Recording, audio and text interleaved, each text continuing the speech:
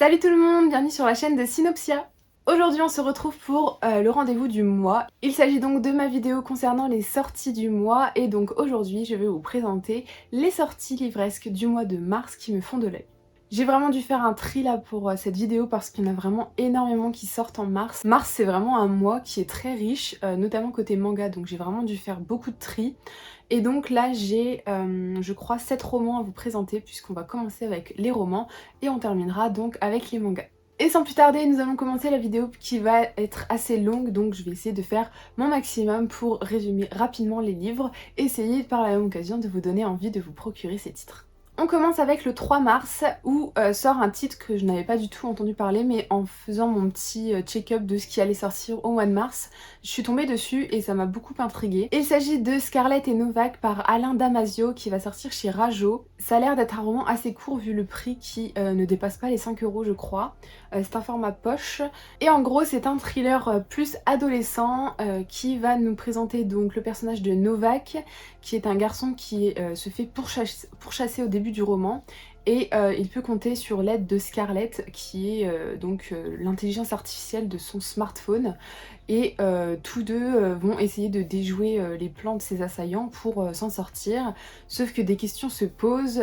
Est-ce que finalement c'est vraiment Novak qui se fait poursuivre ou alors Scarlett qui est cette intelligence qui a l'air assez époustouflante. Et du coup je pense que ça sous-entend un petit peu que on aura cette thématique centrale de jusqu'à quel point en fait la nouvelle technologie peut aller. Voilà, c'est un petit sujet qui m'intéresse bien, voilà, il est pas très cher. Surtout que cet auteur est l'auteur de La Horde du Contrevent, qui est un roman que je veux lire depuis pas mal de temps. Je me le suis toujours pas procuré, mais je sais que c'est un auteur que j'ai toujours voulu lire, donc pourquoi pas commencer avec celui-ci. Toujours le 3 mars sort le premier tome d'une saga qui a de très bons avis dans sa version originale. Il s'agit donc du premier tome de Tex Callan, un souvenir nommé Empire, pour ce premier tome. Et ça va être très compliqué de vous résumer puisque dans le résumé, tout le monde a des noms assez farfelus.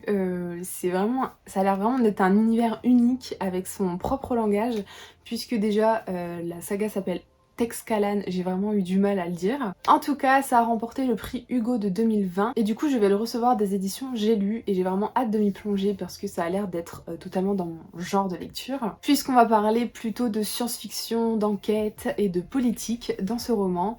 Pour la faire courte, je vais vous résumer vite fait ce que j'ai un petit peu compris, mais évidemment comme d'habitude vous pourrez retrouver les résumés en barre d'infos. Le récit prend place au moment où l'ambassadeur d'un empire meurt et donc c'est une jeune femme qui va lui succéder, sauf qu'elle est censée récupérer une carte mémorielle qui va en fait faire en sorte que tous les souvenirs de son prédécesseur vont lui être rétribués, sauf que celle-ci est défectueuse, donc elle se sent un petit peu démunie face à son nouveau poste en fait. Et elle va devoir en fait gérer tous ces conflits politiques, tout le peuple, etc. Avec très peu du coup d'aide extérieure et très peu d'aide par son prédécesseur. Et il y a tout un truc avec le complot puisque du coup elle se demande si son sort ne va pas être similaire à celui de son prédécesseur qui a été tué. Mais en tout cas, tout ce qui est complot politique, moi j'aime beaucoup ça, du coup j'ai très hâte de voir ce que ça peut donner. En tout cas, s'il a été récompensé, c'est qu'il y a une raison, donc j'ai hâte de découvrir pourquoi. On enchaîne avec le 4 mars où sortira un titre qui a été très attendu chez la collection R puisqu'il devait déjà sortir il y a presque un an en fait. Sauf que ça a été pas mal décalé avec donc, la crise sanitaire et donc il s'agit de Positive. Et ce roman est assez attendu puisqu'il parle d'un sujet assez complexe et qu'on voit très peu. Puisqu'on va suivre une jeune fille qui s'appelle Simone et qui rentre au lycée. Nouvelle vie, nouveaux amis. Sauf que le problème c'est qu'elle est séropositive et elle ne veut pas que ça se sache. Et donc le jour où elle va sortir avec un garçon, elle va tout faire pour lui cacher la vérité. Et du coup ça va amener pas mal de questionnements, de secrets, de est-ce qu'il faut le dire ou pas, comment les gens voient ça. Je pense le recevoir dans le cadre de mon partenariat avec la collection R, mais j'ai vraiment très hâte de le découvrir parce que c'est vrai que je pense que c'est le titre de collection R qui me fait le plus envie là depuis cette dernière année. Et je l'attendais beaucoup et voilà, ça a été pas mal recommandé notamment par l'auteur de The Hate You Give et Becky Habertali. Et du coup voilà, j'ai très hâte de lire celui-ci pour sa thématique plutôt particulière. Et toujours le 4 mars sortira un roman avec une très jolie couverture puisqu'il s'agit de Sous un ciel d'or, qui est l'histoire de Lou, une jeune fille qui vit donc dans les années 1920 et qui du jour au lendemain va se retrouver plongée dans l'aristocratie anglaise. Donc elle se retrouve dans un univers de luxe, de champagne, tout pétillant, sauf que elle va découvrir un petit peu les secrets qui se cachent derrière toute cette aristocratie. Et donc voilà, on a un récit qui a l'air plutôt pas mal. Il y a aussi une histoire d'amour dedans. J'ai très hâte de le découvrir. Je trouve la couverture très attrayante et je pense que ça peut aborder des sujets plutôt pas mal. Donc pourquoi pas tester ce roman qui a l'air pétillant.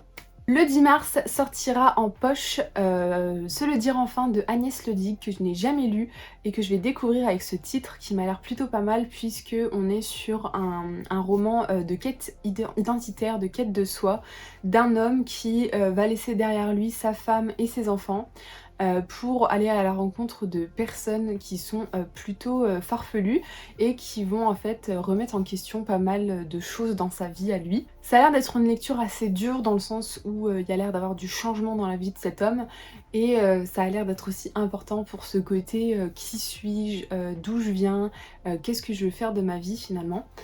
Donc à voir ce que ça peut donner, de toute manière je vous en reparlerai très bientôt. Et le 17 mars sort toujours chez J'ai lu un brin fleur bleue, donc en poche, que je vais recevoir des éditions J'ai lu puisque je voulais un petit peu plus me mettre aux romances et donc je me suis dit avec celui-ci pourquoi pas puisque j'ai beaucoup aimé le pitch. Et dans cette histoire, on suit Isa qui est une professeure d'anglais qui adore son métier, sauf que sa mère veut absolument qu'elle lui succède puisque sa mère est PDG dans sa grande entreprise familiale. Et donc du coup, Isa se retrouve contrainte d'accepter et donc elle a une première mission. Et à travers cette mission, elle va en fait vivre une histoire d'amour avec un garçon qu'elle a repéré, qui est jardinier.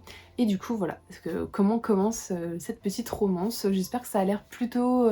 J'espère que ce sera bien parce que voilà, j'aime beaucoup la couverture qui fait très été, estival. Et voilà, j'ai vraiment envie de romance en ce moment. Et vous verrez dans mon book haul donc de la semaine prochaine que niveau romance, je commence à être plutôt bien. Et le dernier roman que j'ai à vous présenter, on va passer rapidement dessus puisque je vous l'ai déjà présenté le mois dernier, sauf que sa sortie a été décalée au 25 mars, puisque Les Saisons de la Tempête de Saxus sortira seulement donc fin mars. J'ai très hâte. Et en fait dans cette histoire on suit Jack qui est l'hiver et en fait chaque saison a pour mission en fait d'éliminer la saison précédente. Donc vu qu'il est hiver, il a pour mission de se débarrasser de automne. Sauf que pendant sa mission, il va tomber amoureuse de Printemps, Printemps qui est censé l'éliminer du coup pour faire place donc aux fleurs et aux papillons. Et du coup voilà, c'est un petit peu un récit fantastique autour d'une romance et du coup j'ai très hâte de voir ce que ça peut donner. J'aime beaucoup la couverture, je sais pas si je me le prendrai en hardback, j'ai pas encore décidé parce que j'ai vu dans les commentaires de Saxus que ce serait un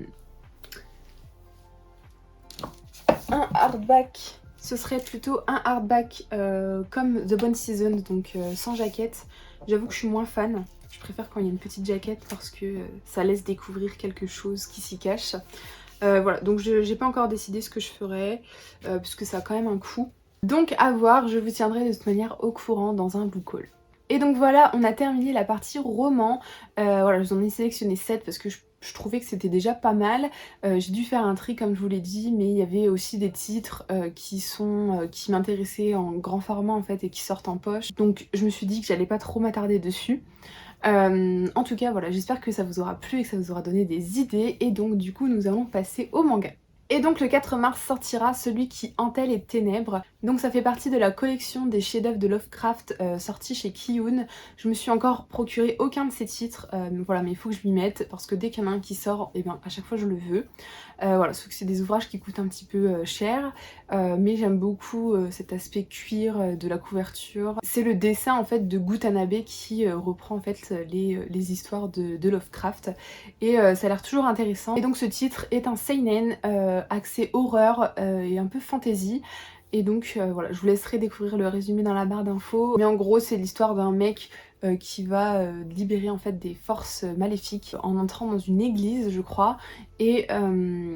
Et à côté, en fait, un homme pendant la Première Guerre mondiale se retrouve perdu dans une rue et quand il se réveille, il se retrouve dans une île assez mystérieuse. Toujours le 4 mars sort le deuxième tome donc des Carnets de l'apothicaire, qui est un titre que je vous ai présenté dans un update lecture. J'avais lu le premier tome et j'avais bien aimé, voilà, même si j'attends beaucoup de la suite. Voilà, j'aimerais que ce soit un petit peu plus approfondi, voilà, un petit peu plus nuancé, avec beaucoup plus d'enjeux. Mais en tout cas, j'aime beaucoup cette couverture. Et voilà, c'est un tome 2, donc je vous en parle pas trop. Je vous invite à aller voir directement ma vidéo récente lecture où j'en parle. Et j'espère donc que ça vous donnera envie de le lire. Voilà, parce que j'ai beaucoup aimé, voilà, cet aspect apothicaire avec ses poisons, ses antidotes, et notamment aussi le graphisme que j'ai trouvé plutôt sympa.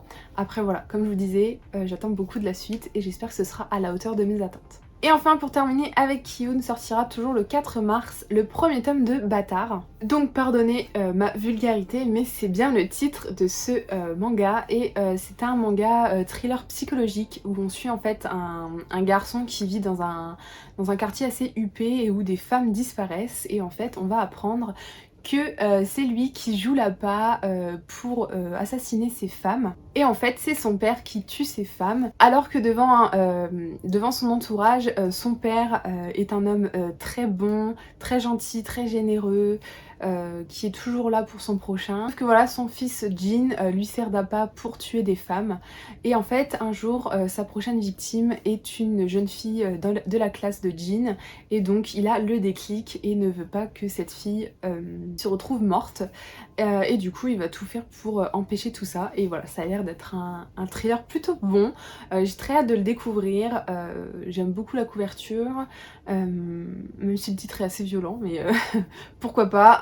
On verra bien ce que ça donne. En tout cas, j'ai beaucoup trop hâte de me le procurer et de découvrir tout ça. Et donc, le 11 mars sort le tant attendu tome 8 de Blue Flag, voilà, qui est mon manga coup de cœur de 2020, vraiment 2020, 2019 même. J'ai adoré suivre ce manga, chaque tome, je me les procurais dès leur sortie, c'était vraiment un pur bonheur. Et le suspense est à son comble. Je vous prépare de toute manière une vidéo sur ce manga dès qu'il sera terminé. Mais là, voilà, c'est le tome 8, c'est la conclusion. J'ai trop hâte de le lire, mais en même temps, j'ai pas du tout hâte de laisser les personnages. Parce que, voilà, Blue Flag, c'était vraiment une bouffée d'air frais pour moi. Ça m'a fait passer par plein d'émotions. Je suis tellement attachée en fait aux personnages que j'associe vraiment beaucoup, notamment à Charlie et Nick dans Heartstopper. Voilà, je me garde de pas trop vous en dire parce que voilà, je vais plus en parler dans une vidéo dédiée. Mais voilà, Blue Flag, j'ai trop hâte là que ça sorte et voilà, je vous le dis, je vais me jeter sur le tome. Voilà, ça c'est sûr que je me l'achète directement. Parce que je pourrais pas attendre, parce que j'ai trop attendu et que la fin du tome 7 me fait un peu peur. Je sais pas trop comment ça va se terminer et voilà, on verra bien, mais en tout cas j'ai trop hâte. Toujours ce même jour sort une nouveauté de chez Akata que je vais recevoir dans le cadre d'un service presse. Il s'agit de Yombs, je sais pas si ça se prononce comme ça, mais en tout cas c'est encore un titre ultra féminin puisque en fait on se retrouve plongé dans une guerre entre deux peuples qui se battent pour une planète.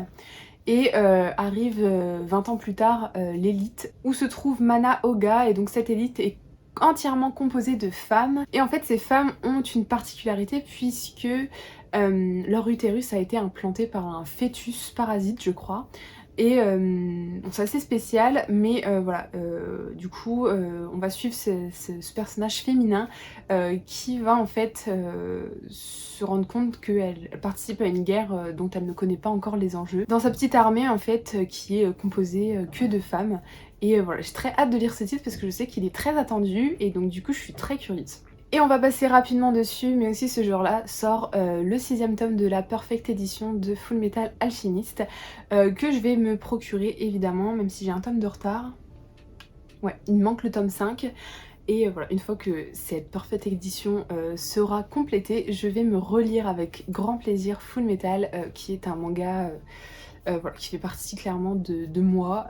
J'aime beaucoup et voilà, c'est un petit peu un pilier du manga pour moi et notamment du shonen, voilà, et toujours avec de superbes thématiques et des personnages très attachants. Le 17 mars sort un shoujo que j'aime beaucoup suivre, voilà, il s'agit du 4e tome de Cold Game qui a une magnifique couverture et contre toute attente, j'aime beaucoup ce titre, voilà. Le premier tome m'avait pas forcément convaincue et en fait de fil en aiguille je me suis beaucoup attachée à ces personnages et donc à cet aspect de Violette en fait qui est un personnage fort qui devient chevalier, voilà, puisque en fait elle échange son identité avec une femme pour ne pas être une princesse.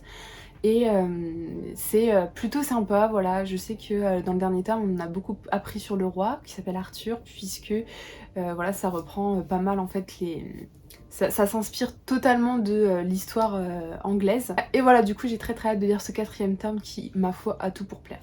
Et ce jour-là aussi, les éditions Delcourt Tonkam nous font l'honneur et voilà, le plaisir en fait de ressortir quelques titres d'un auteur de manga qui s'appelle Junji Ito. Voilà, c'est un mangaka qui est très connu pour faire de l'horreur en fait. Et c'est un genre que j'ai très peu lu en manga en fait, et du coup c'est un genre que voilà, je m'y mets petit à petit. Donc j'aimerais beaucoup découvrir en fait cet auteur avec notamment la réimpression de Spirale, la nouvelle édition de Gio et le premier tome de La déchéance d'un homme, voilà, qui vont être des titres que je vais pas forcément m'acheter tout de suite, mais qui sont dans ma liste bien au chaud et qui voilà, que je pense que je vais me procurer petit à petit. Je vais déjà en tester un évidemment pour voir si j'apprécie, si c'est mon style, parce que c'est vrai que l'horreur, avec moi ça passe ou ça casse, ça dépend c'est quel genre d'horreur. Mais du coup j'ai hâte de découvrir ça et de voir les éditions en vrai, ce que ça va donner, puisque j'ai aucune idée de la tête que ça peut avoir. Le 24 mars sort les 2 premiers tomes d'un manga que je vais pareil me procurer Day One parce que celui-ci me tente vraiment beaucoup. Et il s'agit donc de Escale à Yokohama, où on va suivre en fait Alpha, qui est un robot qui en fait qui reproduit à la perfection les sentiments et les émotions humaines, et qui a l'apparence d'une femme. Et en fait à Yokohama, en fait, elle va commencer à se lier d'amitié avec des amis. Avec des gens en fait, et voilà, on va suivre un petit peu son quotidien.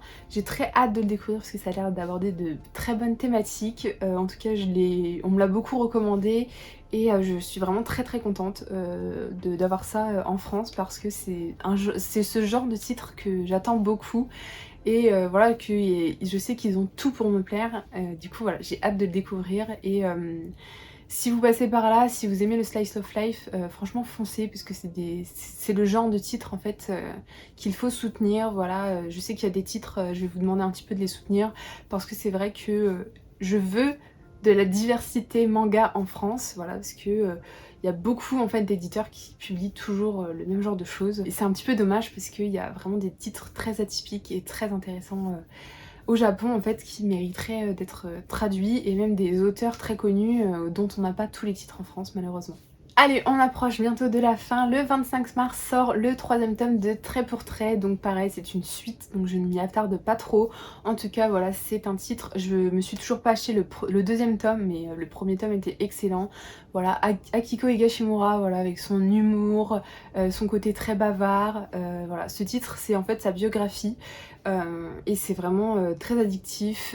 J'aime beaucoup lire, enfin j'ai beaucoup aimé lire le premier tome. Je sais que même ceux qui lisent pas beaucoup de mangas ont beaucoup aimé, donc vraiment je vous le conseille. Voilà, en plus vous apprenez des choses sur la mangaka, et en plus c'est un tranche de vie hyper fun, hyper touchant, j'aime beaucoup. Et dernière ligne droite, il s'agit du 31 mars, donc le jour de mon anniversaire au passage si vous ne le saviez pas, et je suis très contente puisque le 31 mars sort 2 titres, donc un que j'aime beaucoup suivre et qui se rapproche de sa fin, et un titre que je veux lire depuis des lustres, mais voilà, toujours ce problème de impossible à trouver. Si vous voulez un tome c'est 230 €, hein, voilà, parce que les revendeurs... Voilà, je ne terminerai pas cette phrase.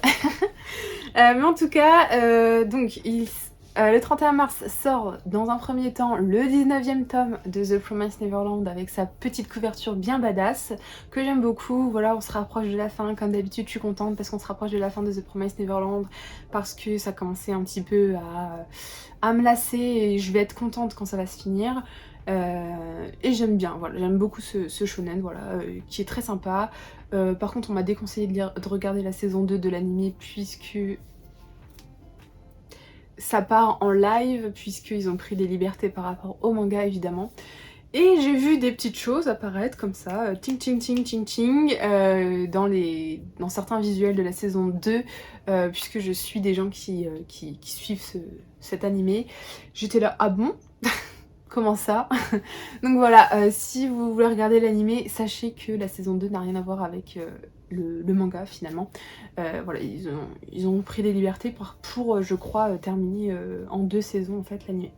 Et donc je vais terminer cette vidéo avec la réédition de Banana Fish. Wouhou! Je l'attendais trop, voilà, je craque en fait parce que j'en peux plus, j'ai vraiment trop envie de découvrir ce manga purée, mais voilà, il va sortir en perfect edition, donc le tome est donc plutôt moyen format et ils seront donc à 16 € pièce. Et voilà, bon, je vous le dis, c'est déjà précommandé. Donc voilà, c'est un titre thriller, voilà, thriller haletant, très important puisqu'il aborde pas mal de thématiques. Voilà, il est souvent caractérisé comme étant un chef-d'œuvre. C'est du Akimi Yoshida en fait que j'ai découvert personnellement avec cette perfection qu'est Kamakura Diary, voilà, je vous en ai déjà parlé rapidement je crois, mais j'espère vraiment pouvoir bientôt vous faire un zoom sur quand j'aurai tous les tomes, parce qu'il m'en manque plus que 2. C'est génial, franchement c'est génial. Là ça va être autre chose puisque c'est du thriller, mais je sais que je vais adorer. J'ai vraiment trop hâte en fait, et voilà, parce qu'on me l'a teasé, je me suis retenue de regarder l'anime, parce que je me suis dit non, ça va sortir un jour en papier, ça va ressortir. Voilà, donc la particularité de la première édition, c'était que les pages étaient jaunes. Et donc là, on n'aura pas les pages jaunes, mais je pense que ça va être tout aussi bien vu les perfect editions que font Panini, notamment avec 20th Century Boys, que j'aime beaucoup personnellement. Et donc voilà, comme vous voyez, je suis très émoustillée, voilà, ça sort le jour de mon anniversaire, genre c'est un signe. Et donc j'espère vraiment apprécier ce thriller que j'attends beaucoup, et que vous aussi, vous allez vous jeter dessus, parce que c'est pareil, il faut montrer en fait aux éditeurs qu'on reveut des titres comme ça, on reveut des rééditions. Pareil, n'hésitez pas à aller harceler Delcourt pour qu'on ait des rééditions de Ayazawa, s'il vous plaît. Enfin bref, voilà, j'arrête mon craquage total là, mais voilà, c'est juste que j'ai une certaine frustration en moi de tous ces mangas en fait qui ne sont pas réédités, qui ne sont pas réimprimés, et qu'on doit dépenser 40 € pour un tome, si encore on tombe dessus, enfin... Bref, c'est très compliqué, notamment donc dans le manga surtout. Et du coup voilà, je suis très contente quand il y a une réédition de quelque chose, une réimpression, etc. Et du coup voilà, je termine donc cette vidéo sur cette note très joyeuse, puisque voilà, j'espère vous avoir transmis ma joie. En tout cas, voilà, pas mal de sorties, donc surtout côté manga finalement. Mais le mois de mars, voilà, ça va être un mois très chargé, donc ça va être compliqué, voilà, de pas craquer, mais voilà, je sais déjà qu'il y a des titres, je suis obligée en fait de les acheter à la sortie, parce que soit je les attends énormément, soit voilà, je veux soutenir à fond le projet en fait de lancer ce manga ou ce genre de choses. C'est tout ce que j'avais à vous dire moi, de mon côté. Dites-moi vous ce que vous attendez pour le mois de mars au niveau de romans, de mangas, de BD. Voilà, j'ai pas trop parlé de BD, je sais qu'il y a Télémaque, le quatrième tome qui sort, mais c'est vrai que c'est pas les BD, j'ai du mal à suivre un peu ce qui va sortir en fait. Du coup je découvre au fur et à mesure de ce que je trouve en librairie. Et voilà, donc sur ce, je vous souhaite de bonnes lectures et de bons visionnages, et je vous dis à la prochaine vidéo. Salut!